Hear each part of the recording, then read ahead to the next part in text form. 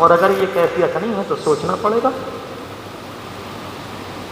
ہم لوگ کتنے زمانے سے کہتے ہیں، کل کچھ اللہ کے بندے باہر سے آئے، پرسوں بھی آئے، اس سے پہلے بھی آئے، اور ہر ایک کی ایک شکایت، کیا 2 مہینے ہو گئے، آج 6 مہینے ہو گئے، آج 1 سال ہو گیا، ابھی تک کچھ بات سمجھ میں نہیں آتی۔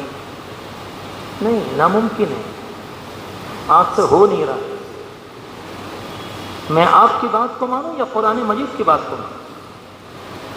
قرآن کہتا ہے کہ سب سے پہلے اللہ کے ذکر کے نتیجے میں اطمینان قلب نصیب ہوگا، یہ اللہ کا وعدہ۔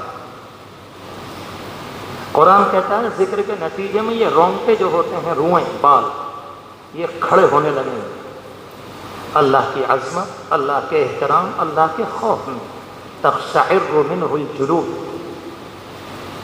اور زیادہ حقیقت نصیب ہوگی تو کھال میں نرمی آئے گی۔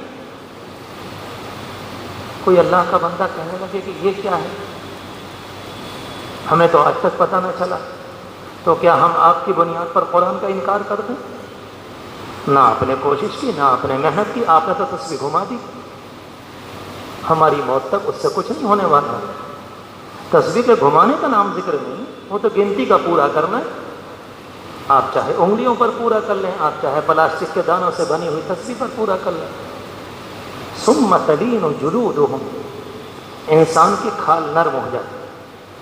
جب آدمی اللہ کی یاد میں کھو جاتا ہے تو اسے اپنا جسم ڈھیلا سا لگتا ہے، کبھی کبھی رونگٹے کھڑے ہو جاتے ہیں، کبھی کبھی دل کے اندر ایک خوف کی، خشیت کی، ہیبت ناکی کی ایک کیفیت آتی ہے، ایک عجیب سا انسان لرزتا ہے تنہائی میں۔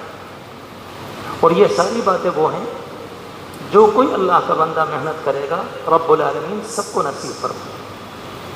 قرآن مجید کی کسی آیت میں یہ وعدہ نہیں ہے کہ ہم یہ والی بات علماء کرام کو دیں گے یا فلاں کو یا فلاں کو اور فلاں کو نہیں دیں گے، یہ خیال غلط ہے۔ قرآن مجید نے ہم سے یہ مطالبہ کیا ہے کہ جب تم اللہ کو یاد کرو تو اس موقع پر اللہ کی یاد میں کھو جاؤ، پھر دائیں بائیں کا خیال نہ ہو۔ اس لیے ہمارے ہاں مطالبہ ہوتا ہے جب آپ استغفار کریں، باوضو ہو کر، قبلہ رخ ہو کر، تنہائی میں یکسو ہو کر، متوجہ ہو کر، دنیا کو بالکل اپنے ذہن سے نکال کر کوشش کریں میں ہوں، اللہ ہے، تیسرا ہم دونوں کے بیچ میں کوئی۔ قرآن نے ہم سے ایسا کوئی مطالبہ نہیں کیا جسے ہم نہ کر سکیں۔ قرآن نے کوئی مطالبہ نہیں۔ اسلام کا ایک حکم بھی ایسا نہیں ہے جس کو کوئی اللہ کا بندہ نہ کر سکے، مگر پوری توجہ چاہتا ہے۔ وَاذْكُرِ اسْمَ رَبِّكَ وَتَبَتَّلْ إِلَيْهِ تَبْتِيلًا۔ وہ نورانی کیفیت ہوتی ہے ایک الگ۔ اس زمانے کے اندر ایک بہت بڑی غلط فہمی یہ بھی آ رہی ہے، جہاں کسی اللہ کے بندے کا کچھ چہرہ ٹھیک ٹھاک ہو تو لوگ سمجھتے ہیں یہ نور ہے۔ لا حول ولا قوت الا باللہ۔ اس سے بڑی حماقت اور کچھ چغت پن ہوگا دنیا میں؟ خود اپنے متعلق فیصلہ کر لیا۔ یہ تو غیروں کو، جو چلنے والے ہوتے ہیں راستوں میں، جو غیر مسلم ہوتے ہیں، وہ اللہ کے بندے بھی محسوس کرتے ہیں کہ اللہ کی یاد کا اثر اس کی آنکھوں میں۔ ایک عجیب و غریب چیز ہے، سیماہم فی وجوہہم من اثر السجود۔ یہ سب قرآن کے اشارے ہیں۔ اس لیے میں نے بات عرض کی، جب اللہ تبارک و تعالیٰ نے اس کام میں لگایا ہے تو اپنے آپ کو توجہ ہے۔ جس زمانہ میں جو زمانہ جیسا ہوتا ہے اس زمانے میں انسان کے ذہن پر وہی ہوتا ہے۔ اپنے آپ کو زمانے کی ہواؤں سے نکالنا بہت مشکل، بہت مشکل۔ میرا اور آپ کا دور مادیت کا دور ہے، بلکہ یوں کہا جائے روپیے اور پیسے کا دور، اس کی دوڑ ہے۔ میں دیکھتا ہوں کوئی اللہ کا بندہ آتا ہے، 1 ہفتہ 2 ہفتے 3 ہفتے 4 ہفتے، جب دیکھا تو سلام دعا ہو گئی، بے تکلفی ہو گئی، اور 1 ہفتے 1.5 مہینے کے بعد کہے گا ذرا حالات ٹوٹے ہوئے ہیں۔ میں نے کہا آپ نے جو استغفار کیا وہ اس لیے نہیں کیا کہ آپ اللہ سے معافی مانگیں، آپ نے اس لیے کیا تاکہ میرا پھنسا ہوا قرضہ آپ کو مل جائے۔ آپ نے اس لیے کیا، آپ نے تعویذ کے طور پر کیا ہے، اور موت بھی آ گئی، اس سے کچھ ہونا نہیں، سنو آپ اللہ کے نام کو غلط جگہ استعمال نہ کریں۔ کل کی بات ہے، ایک صاحب تقریباً 5 مہینے سے آ رہے کہتے ہیں یہ حالات ہیں، یہ حالات ہیں، یہ حالات ہیں۔ میں نے کہا نہیں، آپ اس لیے کر رہے ہیں کہنے لگے ہاں ایک جگہ 3 لاکھ روپے پھنسے ہوئے ہیں، وہ دے نہیں رہا ہے۔ میں نے کہا یہ وظیفہ نہیں ہے، اپنے آپ کو دھوکہ مت دو، یہ سوچو کہ یہ حالات گھر میں آئے کیوں۔ رب العالمین نے زمین ہمارے لیے بنائی، پانی، ہوا، آسمان، کپڑے، کھانا پینا، یہ سب کچھ ہمارے لیے۔ آخر کیا غلطی ہوئی کہ اللہ نے ہمارے اوپر پابندی لگا دی؟ کہانی تو یہاں سے، اور یہ سوچنا بڑا محال ہے، بہت مشکل ہے، لوگ غور نہیں کرتے اس پر۔ رب العالمین کہتا ہے کہ میں نے ساری دنیا میں جتنے حلال ہیں تمہارے لیے عام کیے، مگر یاد رکھنا کہ تمہارے قدم گناہ کے قریب نہ جائیں۔ اور کتنا پیارا رب ہے، وہ کہتا ہے کہ اگر اتفاق سے چلے گئے میں معاف کر دوں گا، پھر چلے گئے پھر معاف کر دوں گا، پھر کبھی اتفاق سے چلے گئے پھر معاف کر دوں گا۔ حدیث شریف میں آتا ہے کہ اگر تم دن میں 70 مرتبہ بھی گناہ کرو گے میں تمہیں معاف کروں۔ عجیب و غریب ایک اسلام کا پیارا نظام ہے جو سمجھنے کا ہے۔ ایسا نہیں کہ اس کو زبانی طور پر بس ادھر سے ادھر منتقل کیا، موبائل کا میسج نہیں ہے ادھر سے ادھر کو بھیجا ادھر سے ادھر کو بھیجا، نہیں، ایک حقیقت ہے جو اللہ کے رسول علیہ الصلوۃ والسلام نے صحابہ کرام کے سامنے محنت کر کے ان کے اندر اتاری تھی۔ کیفیات کیسے منتقل کریں گے آپ؟ ایک صحابی کہتے ہیں کہ میں نے حضور اکرم علیہ السلام کو دیکھا کہ آپ نماز میں اس طرح سے ہیں کہ دل دلا رہے ہیں، رو رہے ہیں، اور سینے مبارک سے چکی کے چلنے کی آواز۔ کون آدمی ہے، کس طرح سے آپ بتائیں گے اس کو؟ کیسے آپ کہیں گے کہ تمہارے سینے میں سے نماز میں چکی کے چلنے کی آواز آئے؟ یہ بھائی بھائی کرے گا اور کیا کرے گا؟ وہ ایک کیفیت ہے جو ذکر کے نتیجے میں ملے گی۔ صحابہ کرام نے آپ کو دیکھا، محنت کی تو وہ چیز آئی۔ وہ چیز خود پیدا نہیں کی جاتی ہے، انسان کی محنت کے نتیجے میں اللہ اس کو نوازتا ہے، ورنہ کون اپنے اندر سے سینے کی چکی کے چلنے کی آواز نکالے گا؟ لیکن اگر کچھ ایسا کرنے لگے تو آپ سوچ لیں کہ حدیث کے ساتھ یہ کیا کھلواڑ ہے، یہ تو زبردستی کی بات ہوئی۔ صرف میرے عرض کرنے کا اتنا مقصد ہے، اصل چیز دل سے راہی سے اللہ کو یاد کرنا۔ دوسری لازمی چیز، جب استغفار کیا جائے باوضو قبلہ رخ تنہائی میں اکیلے بیٹھ کر، اور جب ایک دانہ آپ کہیں رب اغفر لی یا استغفر اللہ، جب یہاں سے نکلے اسی وقت دل یہ کہے اللہ میں آپ سے معافی مانگتا ہوں، میں آپ سے معافی مانگتا ہوں۔ اللہ کو یہ ادا بڑی پسند، اللہ کو یہ ادا بہت پسند۔ کتنی حدیثیں میں آپ کے سامنے بیان کروں۔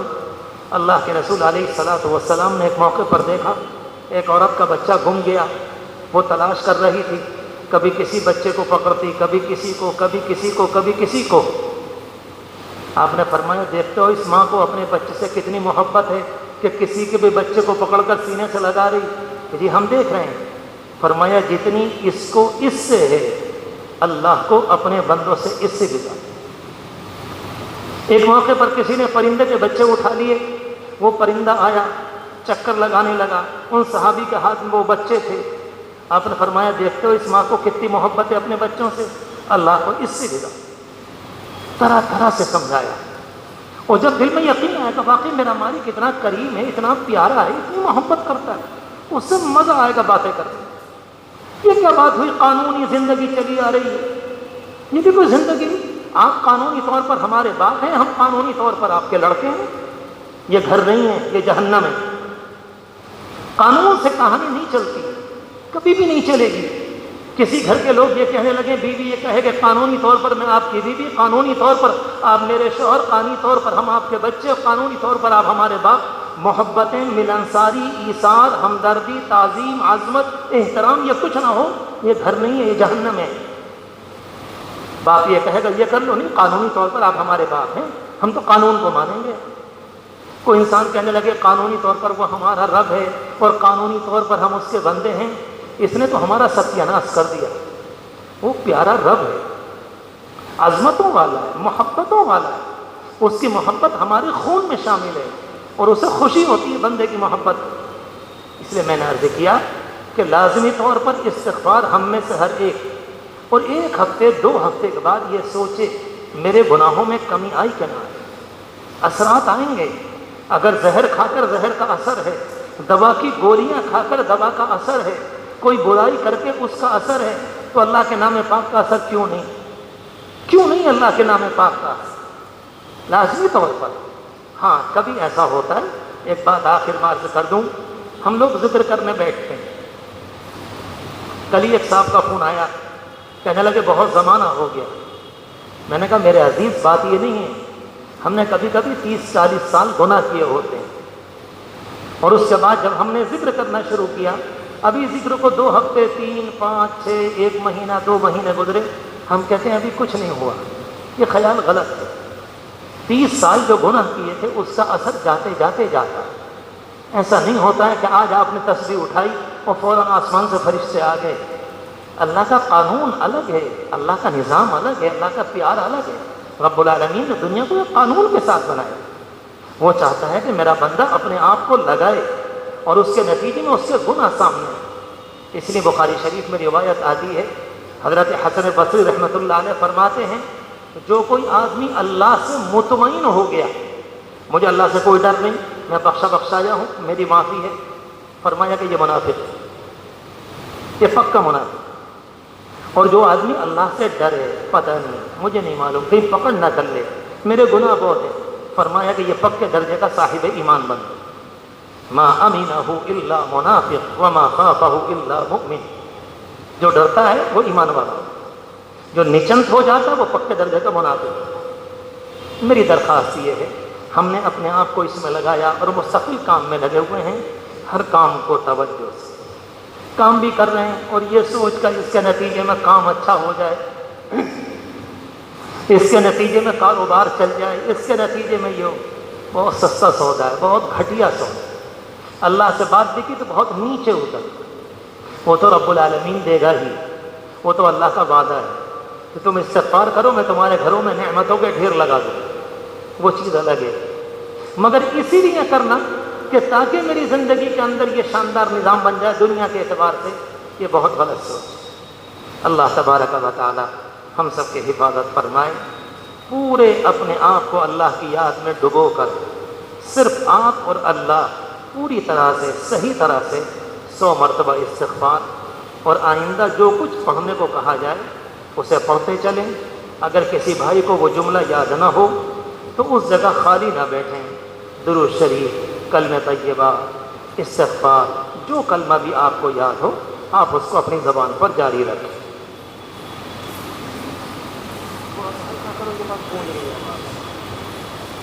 بھائی جی ذرا ادھر سے الگ ہو جائیں, فاصلے سے بیٹھیں.